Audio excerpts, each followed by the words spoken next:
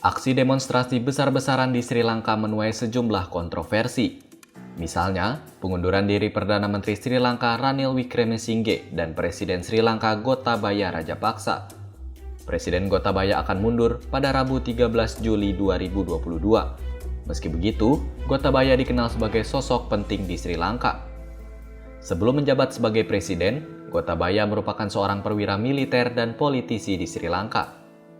Ia juga sempat menjabat sebagai Sekretaris Kementerian Pertahanan pada 2005 hingga 2015. Bahkan, ia memainkan peran penting dalam berakhirnya Perang Saudara di Sri Lanka pada 1983 hingga 2009 melalui eskalasi kekerasan.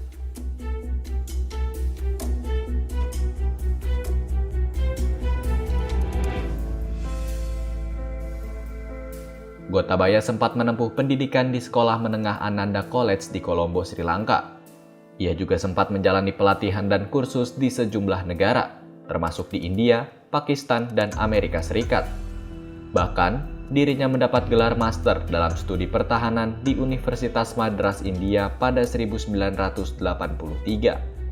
Meski begitu, rupanya Gotabaya sempat melepas kewarganegaraannya sebagai warga negara Sri Lanka pada 2003. Namun, hal itu tak berlangsung lama. Pasalnya pada 2005, Gotabaya kembali ke Sri Lanka untuk membantu kampanye saudaranya Mahinda Rajapaksa yang maju sebagai presiden.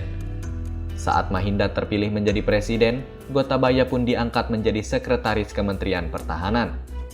Ia pun lantas kembali menjadi warga negara Sri Lanka. Sejumlah kontroversi pun muncul selama Gotabaya menjabat di kementerian. Misalnya, terjadi aksi penyiksaan tanpa pandang bulu pada warga sipil. Meski begitu, ia berhasil menyerang separatis hingga berakhirnya Perang Saudara pada 2009. Pada 2019, Gotabaya akhirnya diajukan sebagai calon presiden. Ia banyak didukung oleh orang-orang yang ragu akan kemampuan presiden sebelumnya, terutama saat menangani krisis utang dan ketidakstabilan politik negara. Gotabaya akhirnya terpilih menjadi presiden.